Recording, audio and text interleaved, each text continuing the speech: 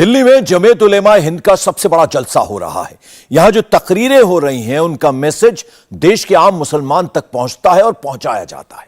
जमीयत की बैठक में जो शब्द सबसे ज्यादा पॉलिटिकल मैसेज लेकर आया वो था इस्लामोफोबिया। मौलाना मदनी हो या दूसरे वक्ता, सबने इस्लामोफोबिया के जुमले को बार बार उछाला। इस कड़ी में मोदी और भागवत की बात भी हुई, अक़लियत और अक्सरियत की कैलकुलेशन भी समझाई गई, सरतन से जुदा और गजवाए हिंद का जिक्र भी आया। पसमानदा मुसलमानों को मुस्लिम वोट बैंक के साथ जोड़े रहने का डर भी दिखा। इस्लामोफोबिया के कॉन्सेप्ट के काउंटर में मुस्लिम वोट बैंक को एकजुट करने का नैरेटिव फ्लोट किया गया। बार बार यह मैसेज दिया गया कि मुसलमानों के खिलाफ सारी संस्थाएं एक हो रही हैं, सारी राजनीति, सारी अदालतें, सारे इंस्टीट्यूशन मुस्लिम विरोधी हैं और सब मुसलमानों पर ज्यादती कर रहे हैं। आखिर इस्लामोफोबिया का यह डर क्यों फैलाया जा रहा है, कैसे फैलाया जा रहा है, इस रिपोर्ट में आपको दिखाते हैं। जितना ये देश नरेंद्र मोदी और मोहन भागवत का है उतना ही ये देश महमूद का भी है। मदारिस की आजादी या खुद इख्तियारी पर कदगन लगती हो। ये अपनी जमीन पर नर्सरी बना के सिर्फ झाड़ बेचकर साल में 2 करोड़ कमाते हैं।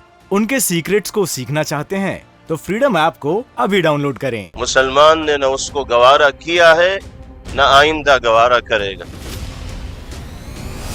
मुसलमानों, हम इस वक्त बड़े नाजुक और खतरनाक ज़ौक़ दौर से गुजर रहे हैं। दिल्ली के रामलीला मैदान में जमीयत उलेमाए हिंद के सम्मेलन में कई मुद्दों के साथ इस्लामोफोबिया का भी मुद्दा उठा। पिछले कुछ दिनों से देश में इस्लामोफोबिया पर बहस छिड़ी है। मुस्लिमों को लगने लगा है उनके अपने ही मुल्क में वो दूसरे दर्जे के नागरिक बनकर रह गए।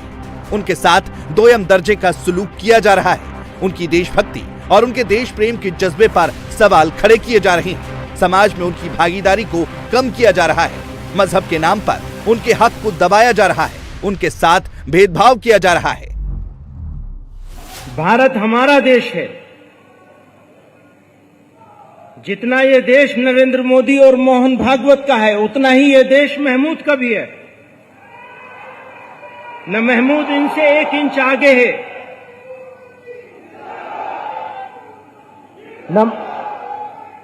न महमूद इनसे 1 इंच आगे है और न वो महमूद से 1 इंच आगे है। साथ ही इस धरती की खासियत यह है, ध्यान करिएगा, साथ ही इस धरती की खासियत यह है कि यह खुदा के सबसे पहले पैगंबर अबुल बशर सैयदना आदम अलैहिस्सलाम की सरजमीन है। आप यहीं तशरीफ लाए। यह धरती इस्लाम की जाए पैदाइश है। यह मुसलमानों का पहला वतन है। इसलिए यह कहना, यह समझना और यह बोलना कि इस्लाम बाहर से आया हुआ कोई मजहब है, यह सरासर गलत और तारीखी एतबार से बेबुनियाद है। इस्लाम इसी मुल्क का मजहब है और सभी मजाहिब में, सारे धर्मों में, सारे रिलीजन में सबसे पुराना मजहब है, सबसे कदीम और पुराना भी है। लखनऊ में दारुल उलेमा के मौलाना भी मानते हैं कि इस्लामोफोबिया बढ़ा है, इसको कम करने की जरूरत है। इस्लामोफोबिया का जहां तक ताल्लुक है तो इस्लामोफोबिया यकीनी तौर पर न सिर्फ हमारे मुल्क में बल्कि पूरी दुनिया में बढ़ा है। इसको कम करने और इसको ख़त्म करने में हम एक बड़ा रोल अदा कर सकते हैं और अपनी दावत और अपनी तबलीग के ज़रिए से और अपने किरदार के ज़रिए से इसको कहीं ना कहीं इस पर कदगन लगाया जा सकता है। और हमारी मीडिया की जिम्मेदारी भी ये है कि वो इस ताल्लुक़ से एक बड़ा किरदार और एक बड़ी जिम्मेदारी अदा कर सकते हैं। इसलिए हमारे मुल्क के अंदर जो सूरत हाल है और मज़हब इस्लाम के ताल्लुक़ से जो बातें कही जा रही हैं और जिसको मौलाना महमूद मदनी साहब ने कहा है, यकीनी तौर पर वो बातें सही हैं। और इस्लाम या मुसलमानों के ताल्लुक़ से जिस तरीके की गुफ्तगू हो रही है बार बार, यकीनी तौर पर वो गुफ्तगू बंद होनी चाहिए। लखनऊ से एक बार फिर दिल्ली में जमीयत उलेमाए हिंद की बैठक में चलते हैं और जानने की कोशिश करते हैं कि क्या इस्लामोफोबिया सही में वो है जो लोग समझ रहे हैं। मुस्लिमों को ऐसा क्यों लग रहा है کہ ان کا اسلام خطرناک دور سے گزر رہا ہے۔ مسلمانوں، ہم اس وقت بڑے نازک اور خطرناک ذوق دور سے گزر رہے ہیں۔ ہمارے مسائل نہایت پیچیدہ اور حل طلب ہیں۔ فضا ناسازگار اور ماحول یکسر مخالف ہے۔ اگر اس وقت بھی ہم بیدار نہ ہوتے اور حالات کو نہ سمجھتے اور اپنے آپ کو اور مسلمانوں کو کامل اور مکمل مسلمان بنانے کی طرف توجہ نہ دیتے تو یاد رکھیے، وقت کا تاریخ کا ظالم ہاتھ آپ کے خلاف فیصلہ کرے گا اور آپ حرف غلط کی طرح مٹ جائیں گے، آپ کا شیرازہ بکھر جائے گا۔ مسلمانوں، وقت آ گیا ہے کہ ہم غفلت کی چادر اتار پھینکیں اور اس کے لیے تیار ہو جائیں کہ ہم پوری طرح اسلام پر عمل کریں گے اور اپنی نسل کو پکا مسلمان بنائیں گے اور اسلام کو اپنی زندگی کا اوڑھنا بچھونا بنائیں گے۔ اسلام ہی پر زندہ رہیں گے اور اسلام ہی پر مریں گے، اور جب تک جان میں جان باقی رہے اسلام ہی کے لیے کام کریں گے اور کرتے رہیں گے، بڑھتے رہیں گے۔ جمعیت علماء ہند کا ساتھ دیتے ہوئے، اس کے ایما و اشارہ کی پیروی کرتے ہوئے آگے بڑھتے چلے جائیں گے، حتی لا تکون فتنۃ ویکون الدین کلہ للہ۔ دیش کے مسلمانوں میں بڑھتا اسلاموفوبیا کتنا سیاسی ہے، کتنا مذہبی۔ افسوس کے ساتھ کہنا پڑتا ہے کہ پچھلے چند برسوں سے منظم طور پر اور منصوبہ بند طریقے سے اسلامی مدارس کی شبیہ کو بگاڑنے کی کوشش کی جا رہی ہے۔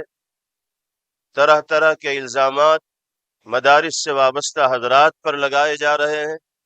مدارس اسلامیہ کی آزادی پر قدغن لگائے جانے کی کوشش کی جا رہی ہے۔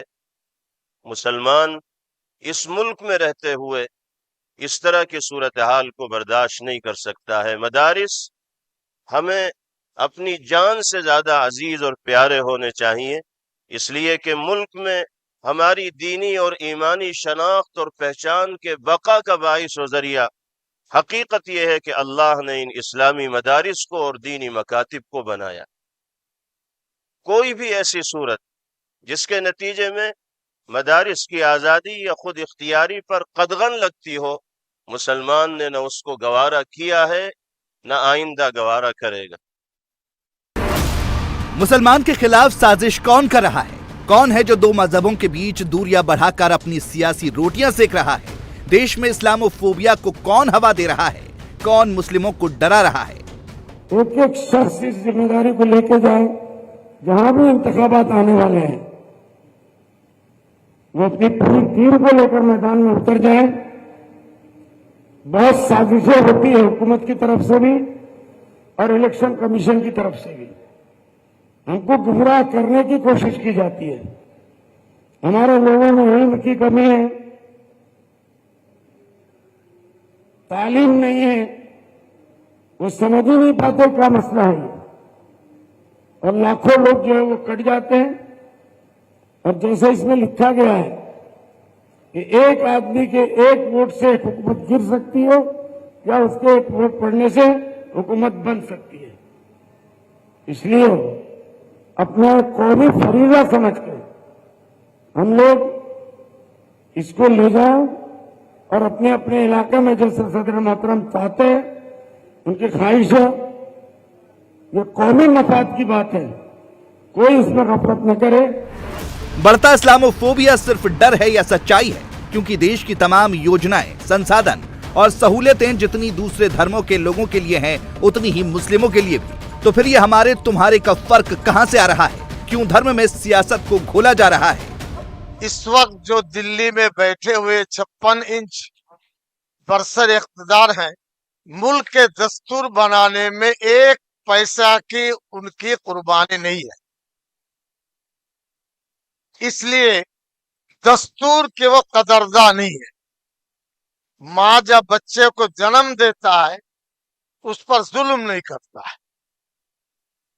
बीजेपी हुकूमत ने मुल्क को जन्म नहीं दिया है, ब्रिटिश की दलाली की, ये बहुत सच्चाई के साथ।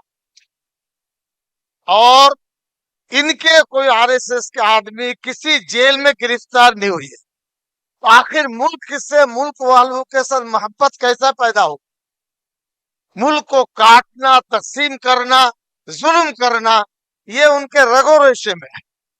ये ताकत के बलबूते पर मनवाना चाहते हैं। अगर बुनियादी हुकूक में हाथ डालना शुरू किया तो जमीयत के ये ठंडे चेहरे नहीं रहेंगे, उस वक्त गर्म चेहरा सामने आ जाएगा। इसमें कोई शुबा नहीं है। बुनियादी हुकूक में हमारी सलात, सौम, इबादत, बंदगी सब है। ये धीरे धीरे आगे बढ़कर हमको कत्ल करना चाहते हैं, मुल्क में दूसरे कैटेगरी के नागरिक बनाना चाहते हैं। देश में मदरसों के मॉडर्नाइजेशन को साजिश बताना, सर्वे को मदरसों को बदनाम करने की कोशिश कहना, क्या इसी इस्लामोफोबिया का हिस्सा है जिसका सच से कोई लेना देना नहीं? कि मुल्क मिल्लत के तईं ऐसी बुनियादी खिदमात को नजरअंदाज करते हुए एक बड़ा तबका मदारिस को तानो तशनीद और बेजा तनकीद का निशाना बनाने में मसरूफ है। इनमें जहां मुस्लिम बेदार और फिरका परस्त अनासिर अपना अपना रोल अदा कर रहे हैं, वहीं अफसोस के साथ कहना पड़ता है कि खुद मुसलमानों का एक तबका मदारिस के सिलसिले में गलतफहमियों का शिकार है।